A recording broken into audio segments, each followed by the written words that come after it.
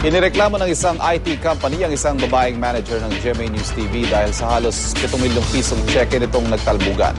Inirereklamo rin siya ng panloloko mano sa iba pang kumpanya at ilang katrabaho. Iginit naman ng GMA, hindi nito kinukonsinti ang anumang panlilinlang ng sinumang tauhan ng network. Narito ang report ni John Consul. Dumulog sa NBI ang isang IT company na nagbebenta ng mga computer at iba pang gadget matapos daw silang maloko ng 6.7 milyon pesos. Ang kanilang inireklamo, si Angela Maurin Directo, isang program manager sa GMA News TV. Pakilala daw ni Directo, konektado siya sa Chi Charm Trading na may tanggapan daw sa Las Piñas. Madali niya nakukuha yung loob. And alam niya siguro yung pasikot-sikot kung paano bilugin or pauohin yung kliyente. I-deliver ng kumpanya kay Directo ang in-order nitong 215 units ng laptop, desktop at tablets kapalit ng 4 na post-dated checks.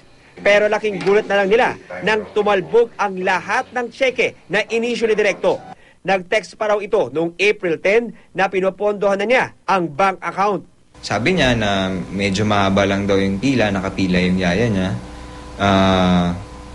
Tinawagan namin yung bangko, chinek namin kung ano yung situation sa bangko, and then wala namang pila. And then after that, hindi na namin siya makontak. Wala na, patay na yung phone niya. Pinuntahan namin yung company, which doesn't exist. Bahay pala siya, hindi kumpanya. Ayon kay Attorney Cesar Bahani, hepe ng Anti-Fraud and Action Division ng NBI, ipapasugpi na raw nila si Angela Maurin Directo. Interviewin natin, kuha na natin ng statement sa affidavit yung mga biktima, paano ba nangyari, establish natin yung elements ng crime ng estafa, yung deceit or abuse of confidence, saka damage to the victims.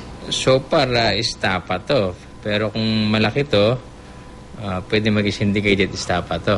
Nakatanggap na rin ang GMA ng mga reklamo ng fraud at estafa laban kay Directo mula sa iba pang kumpanya at individual, kasama ang ilang mga opisyal, empleyado at talent mismo ng network. Sa isang statement, sinabi ng GMA na hindi nito kinukonsinti ang anumang panloloko ng sinuman sa network. Nagsasagawa na rin ng investigasyon kung ginamit ba ni Directo ang GMA sa kanyang mga personal na transaksyon na inireklamo ngayon. Handa rin ng GMA na makipagtulungan sa lahat ng may mga kaparehong reklamo laban kay Directo.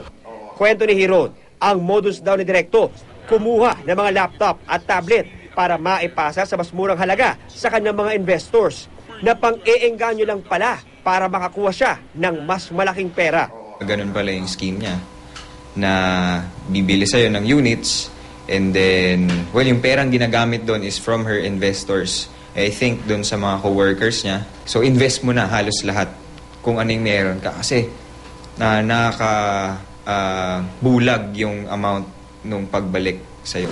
Sinusubukan namin kunin ang pahayag ni Directo, pero hindi na ito pumapasok mula pa noong April 11. Hindi rin ito sinasagot ang aming tawag. Hindi pa malaman kung nasaan ngayon si Directo, pero sabi ng NBI, kung nakaalis man ito ng bansa, maaaring hilingin ang tulong ng NBI Interpol. Kung yung bansang pupuntahan niya ay yung bansa na may extradition treaty sa Pilipinas, pwede yan. Pwede siyang mapabalik dito sa ating bansa para harapin yung mga kaso laban sa kanya. John Consulta, GMA News.